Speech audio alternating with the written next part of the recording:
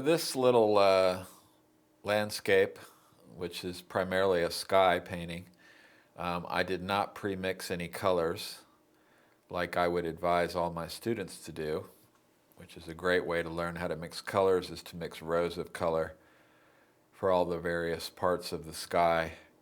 Um, and I did not do that because, I've been doing this for a long time and I have developed some instinct over the years, so that's what I've relied on.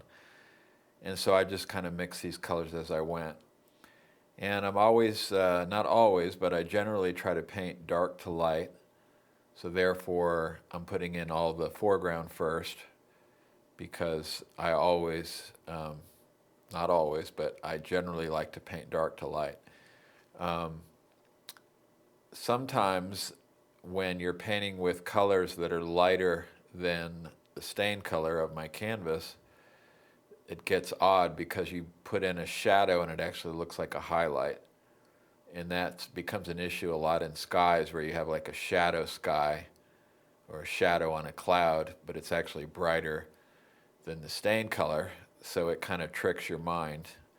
And in those cases, I'll kind of reverse and sometimes paint in the highlights. And but anyway, this is just filling in the foreground, painting some abstract vegetation. I'm missing a palm tree, which I'll add later, but really just trying to get my bearings and going ahead and filling in this all of the foreground. Now, the trees that you see in the foreground there are really not very light at all. It's an optical illusion that there's really, that's like one step from black. Those greens are really, really dark. So therefore, I can just fill in the entire foreground with black paint and easily put in those colors into the black, even when it's wet. And you'll see me do that at the end. But to begin with, I just want to give myself, the foundation for the painting, so to speak, by putting in all these darks, which is really a lot of just silhouette.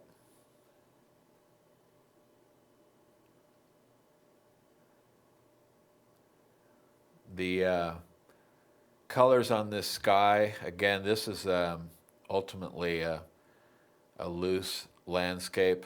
I'm going to paint another one. Actually, I've already painted it, but I'm going to edit the video and release that in the next week or two. But that is a much tighter landscape. But this one, I really tried to leave it pretty loose. And so I'm not verbatim trying to copy the clouds. I'm generally putting in the values as I see them, and just kind of not trying to mimic every little shape that I see over there, but just kind of lay the values in and leave it, not getting too blendy with it, because I always like to have some texture. Even where you see in those parts of the photograph, my source photograph there, where it's real smooth and blendy, I will leave a teeny bit of texture in pretty much all of that, in all of those areas. And for some reason, when you look in art, and this is in high realism, and I've talked about this a lot, but you always got to have some texture so that the viewer can sort of see the surface of the canvas. Even when you paint a smooth blue sky or a smooth transition like you see in this source photo that I'm working from here. And another thing that I do when I paint on my own, in other words, when I'm not doing the method strictly, the method that I teach my students who are taking my private classes or my online classes, I insist on a very specific method that they follow. So there's 4 workflows. There's how to pencil, how to mix your colors, how to cover the canvas with paint, and then how to fix it once you've got the canvas covered. And it's very strict. And I'm not doing a lot of that because this is just sort of me painting on my own.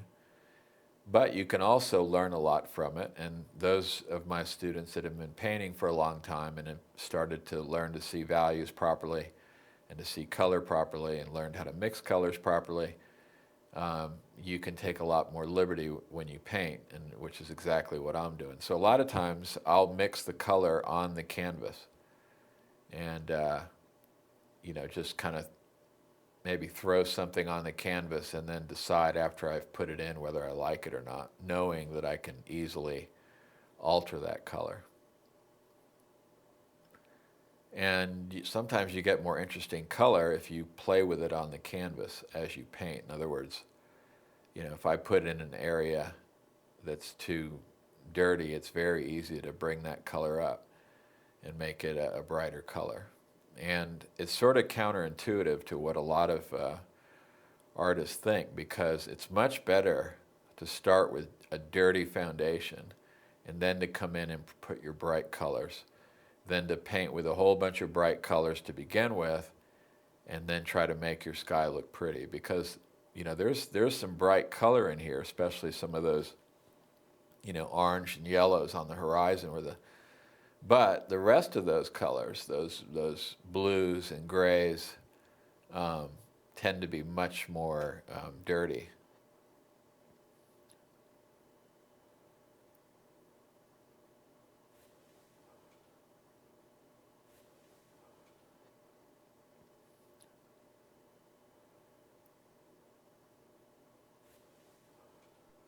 So just mixing colors as I go, and you can kind of see, a lot of times, even when I mix colors, I'm just kind of guessing until I put it on the canvas and kind of see how I like it. I'm just deciding it needs more yellow or it needs more red or whatever it is. And I try to think about color in very simple terms, meaning does it need to be more red? Does it need to be more yellow? Does it need to be more orange? Does it need to be more purple? More blue? The three primaries and the three secondary colors is the best way to analyze color and not get overcomplicated. Don't think about, even milky colors can just be thought of as being too blue. And that was something that I really didn't understand myself for years until I started teaching. But what I figured out was that, gray means too blue. If you look at milky colors, if you see too much milk in your shadows, it simply means that it needs orange in it. An orange can be a bright orange, meaning a high value orange, or it can be pure burnt umber, which is like dark orange. And I've said it before in other videos, but burnt umber can be thought of as a dark yellow. So if you see that you need, if your color is too purple and it's a real dark purple, then burnt umber is the solution. Because you can't just put bright yellow into your color because it'll bring your value way up. So you put burnt umber in instead, and burnt umber is, you can think about it simply as a dark yellow or like a dark orange. And I'll use a lot of that in the, down in the bottom part of the sky where it's very orange and yellow and mustardy.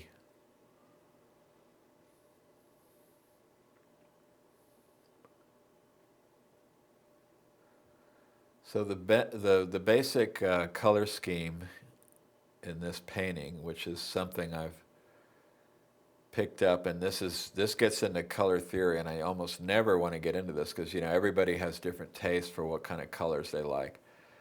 But it's just something that I noticed that Sargent did a lot, and I've can't help myself, and I use it a lot in my own work. But that is the theory goes that if you take a strong color, like for instance in this painting you have strong orange, like the orange that I'm putting in now, and then you have a dirty complement to it. So the dirty complement is the blue in the sky. So blue is the opposite of orange, or you could even look at the yellows, if it's a yellowy orange, and you can see the purples in the sky. So the dirty purples and the strong orange, yellow colors. And that works in you could do that with red.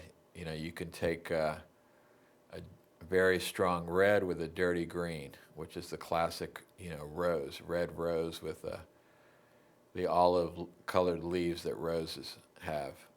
Um, and I've made this analogy before, but if you take a red rose and put it on a, very green daisy stem with bright green leaves, it's not the same. It's those olive leaves that make that red so beautiful. And so that goes in painting. So that's, to not get too long-winded about, but that's the basic color scheme that I've got going here. I've got the dirty blues and the strong oranges, and that generally tends to work.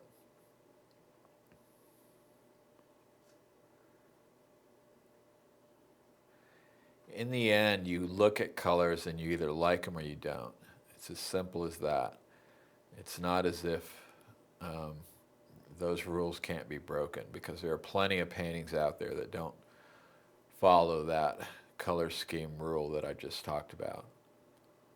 Now you'll notice as I'm laying in this color, I try not to get to what I tell my students is too blendy, meaning you don't want to lose all the texture. You don't want to turn it into just a big, soft, smooth, brush stroke to where you lose all the texture. You want to leave just a little bit of it in there at least. And so that's something I'm fully aware of when I'm laying these colors in. A little bit of noise in there. The eye picks that up and sees little bits of clouds and things. And it's real easy to get a big soft brush, but I never ever use a soft brush like that. I did in my very early years when I first started painting, and then I realized I just never use it. I can't imagine any time that I would ever want to soften something up like that. Here I'm very deliberately leaving a little bit of noise in there that will look like little clouds floating off in the distance.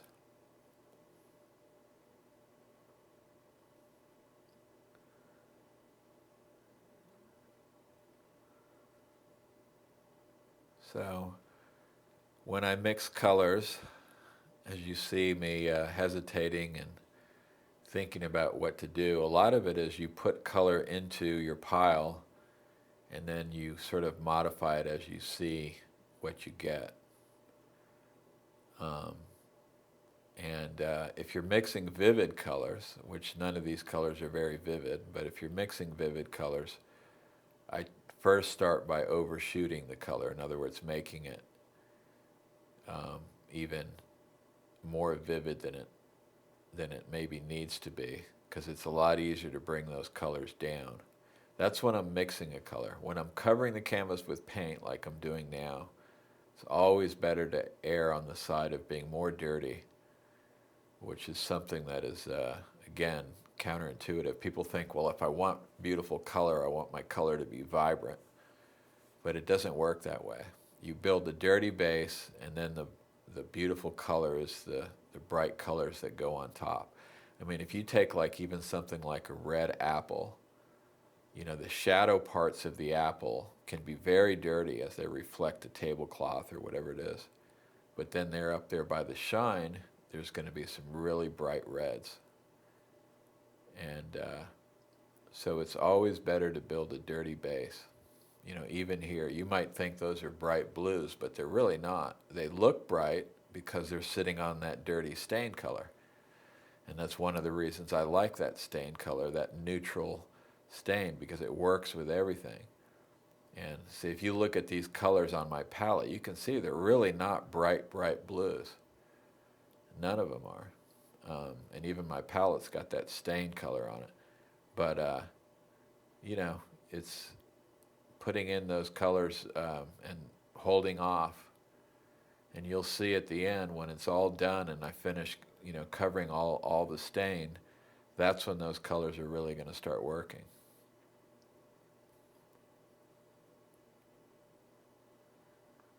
This is what I was talking about earlier, where right now I'm putting in these sort of shadow colors, but they almost look like highlights on that stain color,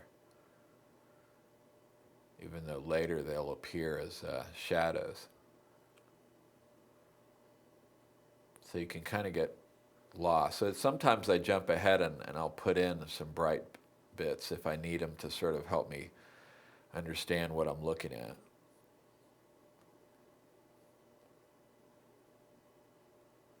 So in other words, I usually talk about working dark to light in a very strict fashion.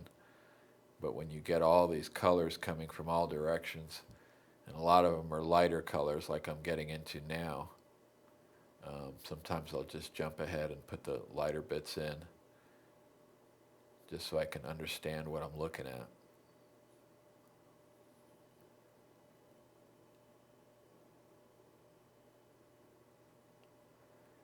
And the other thing, which I haven't mentioned yet in this video, that I talk about all the time is maintaining abstraction. So that means you don't paint with a regular pattern. You drag your brush, you push it, you paint in one way, then you paint in a different way. But in the end, you want abstraction. You don't want a regular pattern of strokes. You want a non-pattern. You know, you want variation.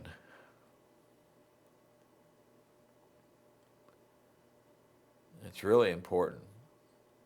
It's you know, any part of your painting, you should be able to pull it out, and it should be almost a beautiful abstract painting in and of itself. And I don't know if that's true about this one, but it's something that, you know, as long as you maintain that abstraction and you're working with beautiful color, you get a beautiful abstract painting. I mean, if you just cut out the top half of this and didn't know it was a sky, it could be an abstract painting. It's one of the things that helped me understand, you know, appreciating abstract art when I was young and I didn't understand, you know, why everything shouldn't be high realism or whatever. And I think it was Picasso who said, you know, you can't really explain to somebody why a bird song is beautiful, and you can't explain why a cloud in the sky is beautiful. But a cloud is really just an abstract thing, an abstract mix of shapes and colors. And I don't know that you can really put into words why things are beautiful or not beautiful.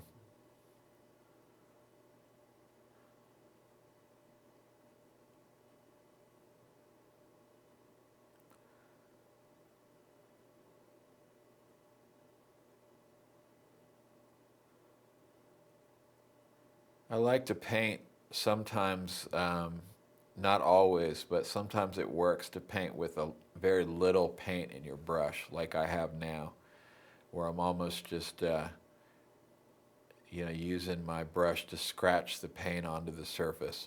And it creates a certain type of texture that I like. It's almost like painting wet on dry and just letting that stain, you know, play a role in what the color looks like as it shows through, and helps to create some abstraction in color, and also makes your color less monochromatic by having the brown of the stain show through. And this Geneva paint that I use, which is, you know, paint that I make myself, and, you know, Geneva Fine Art company where we make our own paint, but this paint has got such a high pigment load that you can almost have no paint in your brush and still get full coverage. It makes it easier to paint.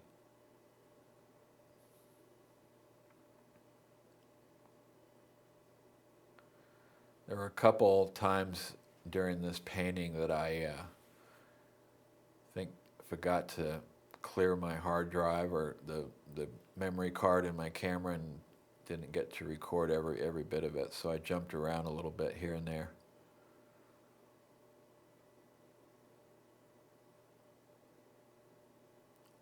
So if you look into the texture that you see in this painting, I don't know if it gives you an idea, but like up in the, well, everywhere really, but that texture is what gives it that life, you know, that feeling of the clouds, you know, having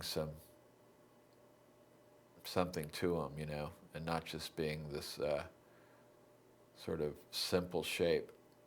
That abstraction is so important.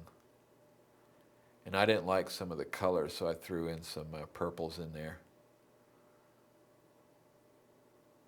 Whenever you're working with grays, which means blues and whites and grays, milky is not an issue. So you can play with the color all day long, and if it gets milky, you can just throw a little bit of orange into it and fix it very quickly. On the other hand, if you were painting something very, very orange, you know, like a brass vase or something, um, then in that case, milky can be a real problem because you have all this, as soon as you get white in there, when there's not supposed to be any white in there, it might just be like burnt umber with yellow. And as soon as you put white in there, you can't get rid of it. You almost have to scrape it off and start over or let it dry, which is one of the reasons I think people like acrylic painting, because it dries quickly and then you can sort of paint over your mistakes. But on the other hand, you don't get all this wonderful ability to blend wet into wet, which is what I just love. And I think it's what, you know, one of the big differences between acrylic and oil paint is the oil paint stays wet and fluid, and so you can play with it and push it around and mix it and everything else. So just throwing a little bit of that orange into those clouds that I see. Um, and, you know, skies are like anything else. You just get your values in. And if you put all your values in, you can't go wrong. Get all your values in, meaning the lightness and the darkness part of it. The color is secondary. If you get your values right, it'll look like a sky.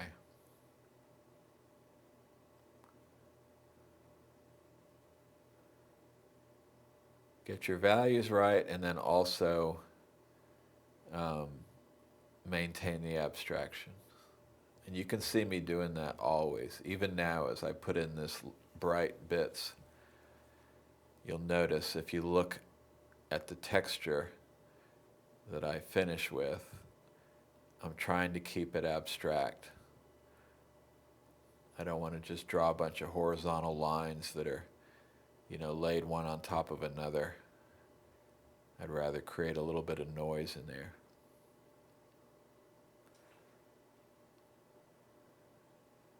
But always going back to trying to get my values right. You'll notice that my clouds in the distance that you see that I'm creating right now on the horizon are different than the ones in the source photo. But I didn't mind that. Again, I'm not trying to verbatim copy the photo. I'm just putting in my values, making sure I have a little bit of texture, and that's about it. And you'll see the abstraction even in the vegetation, in the trees, and in the horizon. You know, there's not a regular pattern of branches. These are abstract shapes, like nature almost always is. Unless you're looking at an individual flower or something.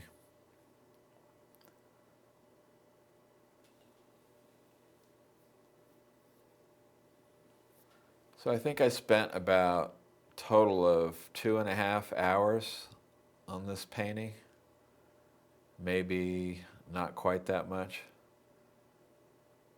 I don't remember exactly. But of course I edited it down so that it would only be however long this video is.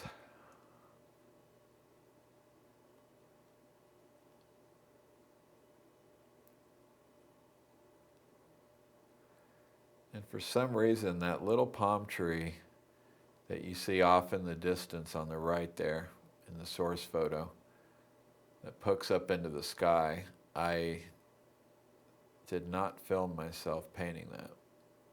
I think I forgot to put the turn the camera on or something. It's the beginning of my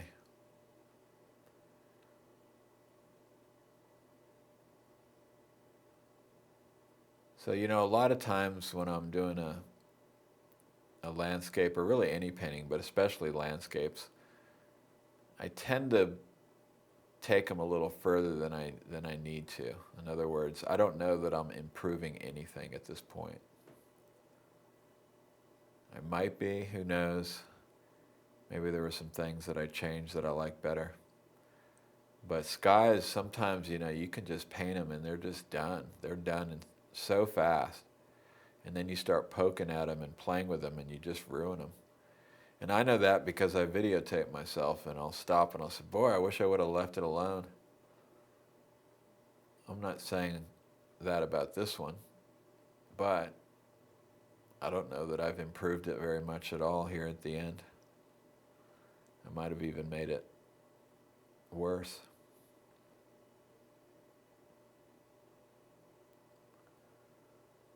I'm saying that because I'm looking at it and deciding I'm not sure I like it any better. So here I'm just putting in that foreground, and this is just one step or two steps from black. So these are very dark colors.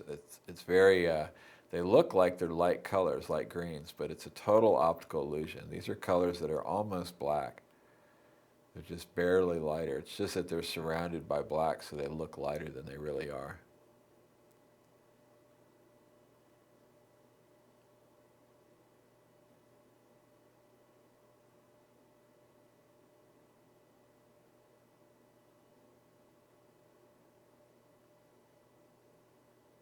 So just putting a little bit of color variation in the foreground there.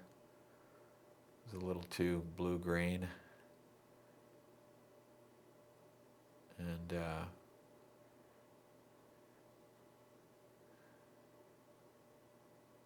don't know that this is helping it much. And there's the finished painting. Thank you guys for watching, and we'll see you in the next one.